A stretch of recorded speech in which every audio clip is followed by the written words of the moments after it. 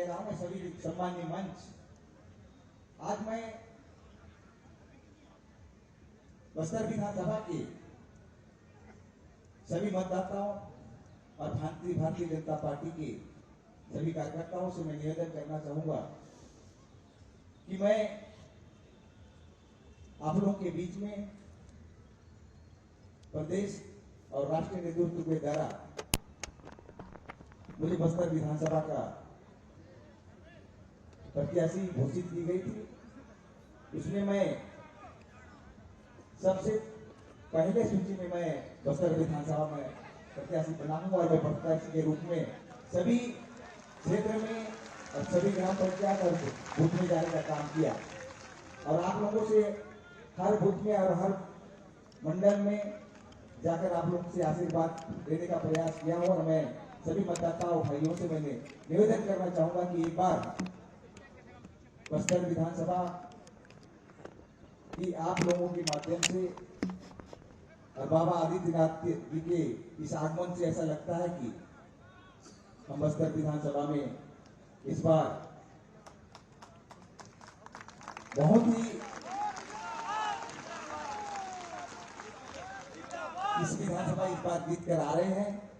मैं ज्यादा न बोलते हुए मैं अपने सभी मतदाताओं कार्यकर्ताओं से मैं बार बार निवेदन करता हूं, प्रार्थना करता हूं और यही बोल के मैं अपना बातों को विराम दूंगा। जय हिंद, जय भारत, जय छत्तीसगढ़।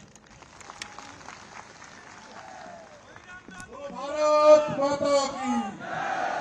अब मैं आपके बीच में हमारे यशस्वी हिंदू सम्राट उत्तर प्रदेश के मुख्यमंत्री महाराज योगी आदित्यनाथ को बुलाने के पहले मैं आग्रह करना चाहूंगा आपको यह युद्ध यार खार है, अंतिम प्रहार है, बाण मुट्ठी तान के शौर्य की कमान से कदम बढ़ा कमल खिला।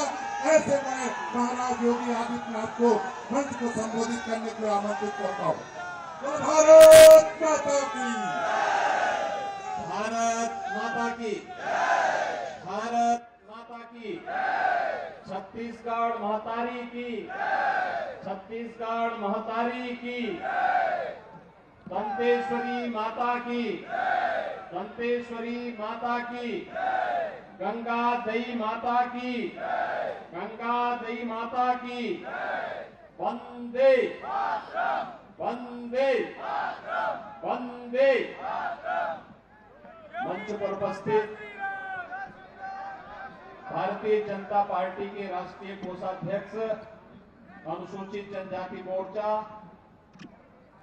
पूर्व सांसद श्री दिनेश कश्यप जी, भारतीय जनता पार्टी के जिला के अध्यक्ष श्री रूप सिंह मांडवी जी, लोकप्रिय प्रत्याशी बस्तर विधानसभा क्षेत्र श्री मनीराम कश्यप जी, जिला पंचायत अध्यक्ष श्रीमती वेदवती कश्यप जी, पूर्व विधायक श्री सुभाव कश्यप जी, विधानसभा प्रभारी आलोक ठाकुर जी, जिला महामंत्री वेद प्रकाश पांडे जी, विधानसभा संयोजक श्री अरुण परिहार जी, विधानसभा संचालक शिवनारायण पांडे जी, भारतीय जनता पार्टी के सभी पदाधिकारीगण, बस्तर विधानसभा क्षेत्र में भारतीय जनता पार्टी के समर्थन के लिए उपस्थित यहां पर सभी उपस्थित भाइयों और बहनों, यहां की धरा को नमन करते हुए भारतीय जनता पार्टी के एक कर्मठ कार्यकर्ता, जिला के उपाध्यक्ष और जिला पंचायत के सदस्य श्री रतन दुबे की निर्मम हत्या कल कायराना तरीके से कांग्रेस के सारे पर नक्सली तत्वों ने किया है। भाइयों बहनों, स्वर्गीय रतन दुबे को विनम्र श्रद्धांजलि देते हुए, उनकी स्मृतियों को नमन करते हुए, उनके परिवार के सभी सदस्यों के प्रति मैं अपनी सांत्वना देता हूं, व्यक्त करता हूं और पूरी पार्टी उनके साथ में है। जिसने रतन दुबे की हत्या की है, स्वाभाविक रूप से उसको इसका खामियाजा तो भुगतना ही पड़ेगा, इसमें कोई संदेह नहीं होना चाहिए। भाइयों बहनों, रतन दुबे जैसे कार्यकर्ताओं के बलिदान का ही परिणाम है आज भारतीय जनता पार्टी दुनिया की सबसे बड़ी राजनीतिक पार्टी के रूप में स्थापित है। प्रधानमंत्री मोदी जी के करिश्माई व्यक्तित्व का परिणाम है कि आज भारतीय जनता पार्टी 142 करोड़ लोगों की आशा और आकांक्षाओं की पूर्ति करते हुए बिना भेदभाव के शासन की योजना हर गांव, हर गरीब, हर वंचित, हर दलित, हर वनवासी, हर आदिवासी तक पहुंचाने के लिए पूरी सफलतापूर्वक कार्य कर पा रही है। और इस अवसर पर स्वर्गीय रतन दुबे को विनम्र श्रद्धांजलि अर्पित करता हूं। भाइयों बहनों, हमारे यहां वरिष्ठ नेता हुआ करते थे स्वर्गीय बलिराम कश्यप जी। कई वर्षों तक संसद में उनके साथ हम लोगों को कार्य करने का अवसर प्राप्त हुआ। लंबे समय तक यहां की आवाज बनकर के उन्होंने यहां के विकास की आवाज को संसद पर रख करके यहां विकास की अनेक योजनाओं को लागू करने का कार्य किया। भले ही यूपीए की सरकार उन कार्यों को आगे न बढ़ा पाई हो, लेकिन भाइयों बहनों, प्रधानमंत्री मोदी जी के नेतृत्व में आज बस्तर के लिए आई हुई 12,000 करोड़ रुपए की परियोजनाएं स्वर्गीय बलिराम कश्यप के प्रति विनम्र श्रद्धांजलि को अर्पित करती है।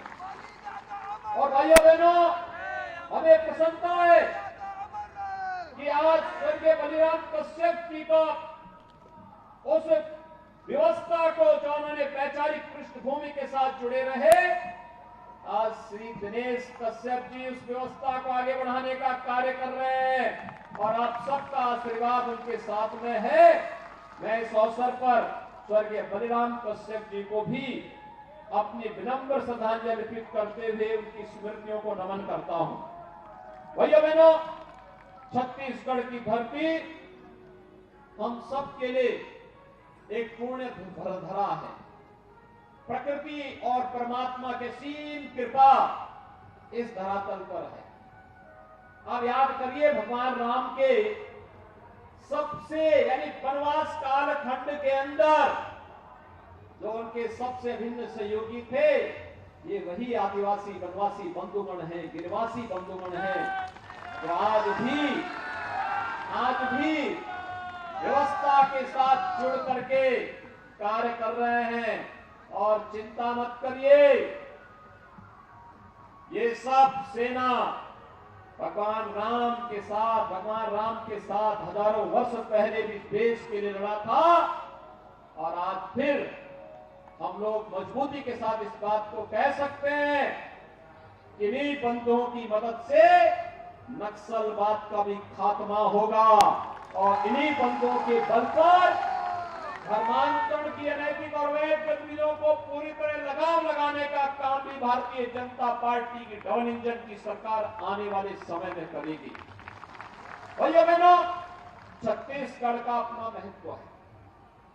प्रकृति और परमात्मा की इतनी असीम कृपा है इस धरती पर। भगवान राम को भी अपने वनवास कालखंड की भूमि के रूप में इस धरती को चुनना पड़ा था।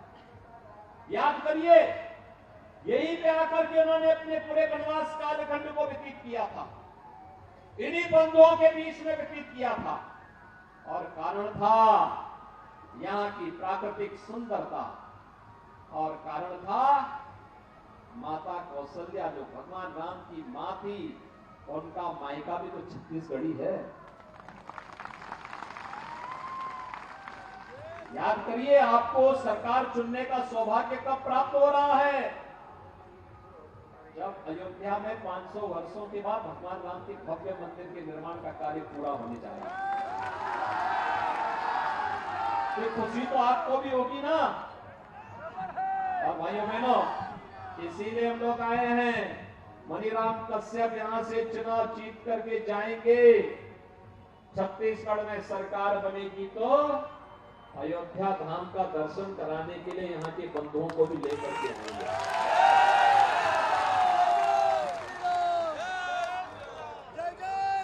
भाइयों बहनों, भारतीय जनता पार्टी बोलती और केवल घोषणा नहीं करती, करके दिखाती है। जो पहले असंभव था, अयोध्या में राम मंदिर का विवाद, ये कांग्रेस की देन थी।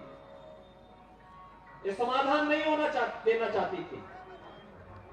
मोदी जी आए और उत्तर प्रदेश की जनता ने संकल्प लिया, उत्तर प्रदेश में भाजपा की सरकार आई तो भाइयों बहनों, डबल इंजन की सरकार ने विवाद का समाधान कर दिया। अयोध्या में राम मंदिर का मार्ग प्रशस्त कर दिया।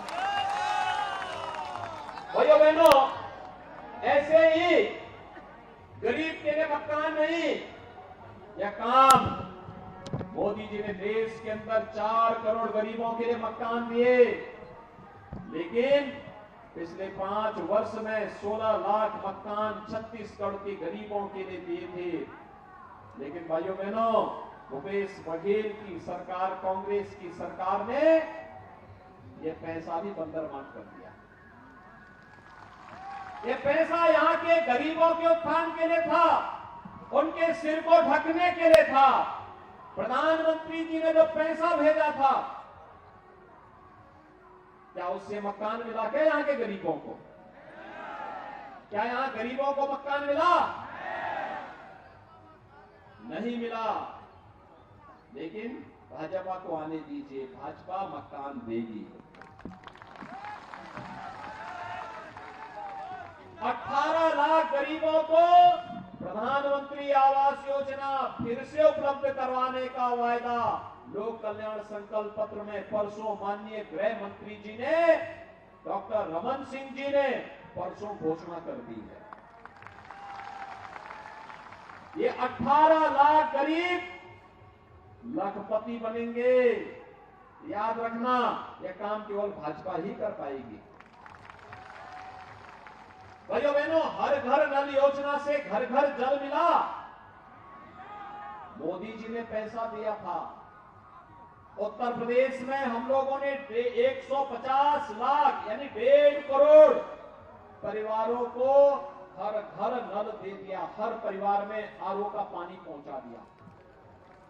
शुद्ध पानी का मतलब बीमारी का समाधान हो जाना, पूरी तरह समाधान हो जाना। और उस बीमारी को पूरी तरह मुक्त करने के लिए व्यक्ति स्वस्थ रह सके, इसके लिए यह कार्य मोदी जी ने पूरे देश में लागू किया। छत्तीसगढ़ में ये पैसा भी बंदरबांट हो गया। हर घर नल योजना मिली क्या? नहीं मिली। यहां पर किसी भी योजना को प्रभावी ढंग से छत्तीसगढ़ में कांग्रेस की सरकार ने लागू ही नहीं होने दिया है। और इसीलिए यहां का गरीब बेबस एक ही प्रश्न पूछता है और पूछ रहा है, हमन लोग तो नहीं मिलिस, आप लोग मिलिस का? यही तो प्रश्न पूछता है कि हमें तो नहीं मिला, क्या आपको मिल गया क्या? वही बेबस तरीके से कहता नहीं मिला। भाइयों बहनों, ये बेबसी, ये लाचारी कब तक? ये कांग्रेस ये गरीबों का हक हड़प ले रही है। ये कांग्रेस गरीबों के हकों पे डाका डाल रही है। ये कांग्रेस यहाँ के संसाधनों पर डकैती डाल रही है। यहाँ पे कोयला घोटाला हो रहा है, यहाँ पर खनन घोटाला हो रहा है, यहाँ पर नौजवानों को मिलने वाली नौकरी में घोटाला हो रहा है। और यहाँ पर भाइयों बहनों, हमने बिहार में तो सुना था कि लालू जी की सरकार आई थी, उन्होंने चारा खा लिया था, भैंस का चारा खा लिया था। और कांग्रेस की सरकार यहाँ गोबर ही पचा गई। यानी अन्नदाता किसानों के खेतों में जो गोबर पड़ना चाहिए था, उसके नाम पर भी 10 रुपया किलो के हिसाब से 1300 करोड़ रुपए डकार गई है। डिस्ट्रिक्ट मिनरल फंड गांव-गांव में पगडंडी बनाने के लिए, कन्वेंशन सेंटर बनाने के लिए, यहाँ के स्पोर्ट्स सेंटर बनाने के लिए स्थापित होने चाहिए थे, उस पैसे को भी टकार गए। कांग्रेस के नेताओं में बंदर बांट कर दिया। भाइयों बहनों, क्या भूपेश बघेल ने कोई जांच करवाई? नहीं करवाएंगे जांच। हम आएंगे, हम जांच करवाएंगे, भाजपा जांच करवाएगी, दोषियों को जेल भेजेगी और ऐसी सजा करेगी जैसे उत्तर प्रदेश में देखते होंगे ना, माफिया के खिलाफ क्या होता है। ये बौखलाहट है जो कल रतन दुबे के साथ हुआ है, स्वर्गीय रतन दुबे के साथ जो हुआ है, ये नक्सलवादियों के कांग्रेसियों की बौखलाहट है। उनको मालूम है डबल इंजन की सरकार आ रही है और आते ही इनकी छाती पर भी यूपी का बुलडोजर रौंदेगा इनको।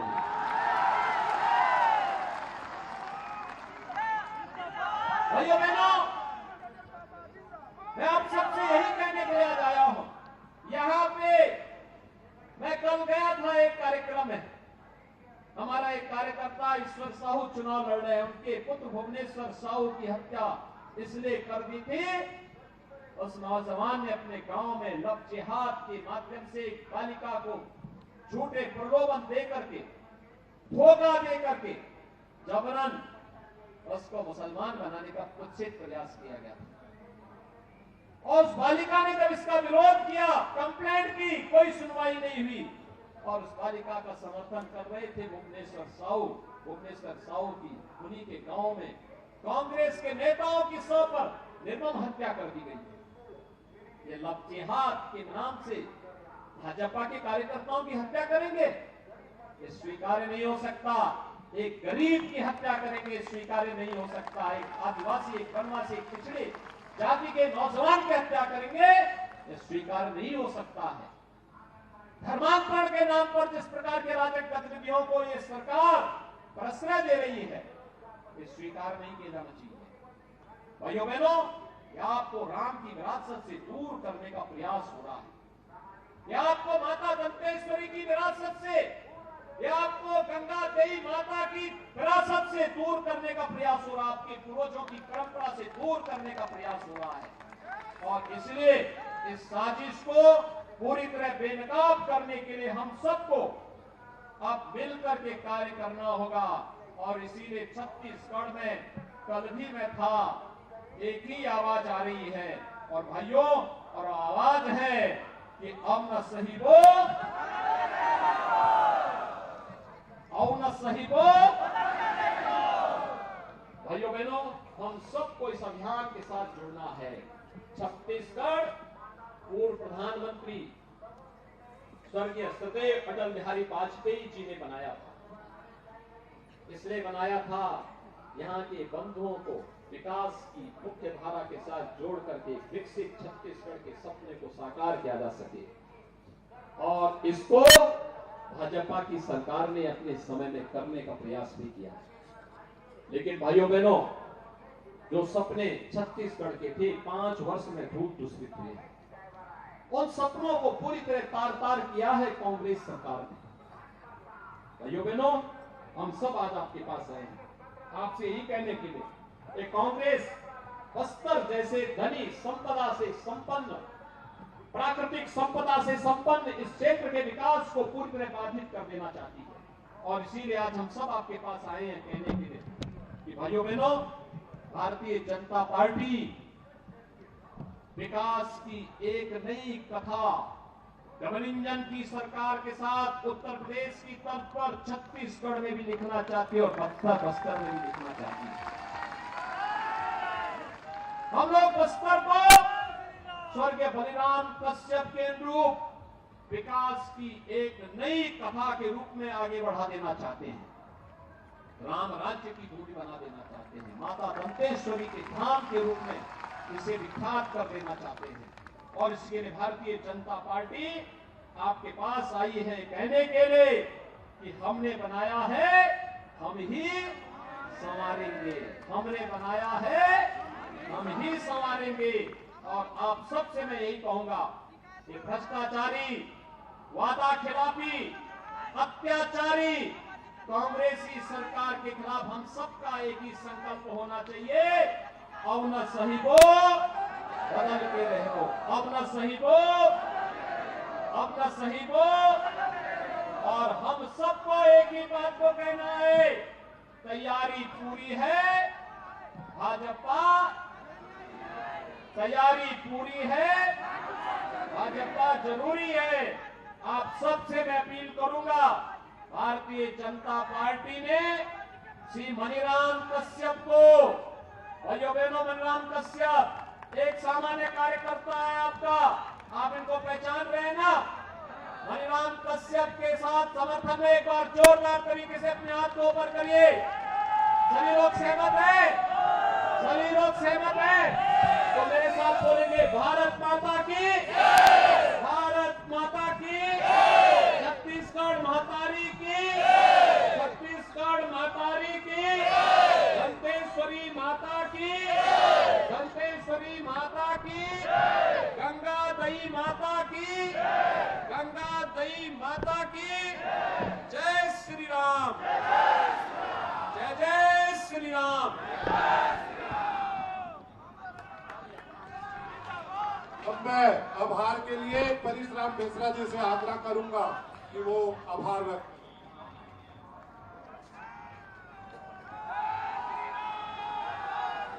मैं बस्तर विधानसभा क्षेत्र के सभी कार्यकर्ताओं को बधाई देता हूं कि हमारे बस्तर विधानसभा क्षेत्र में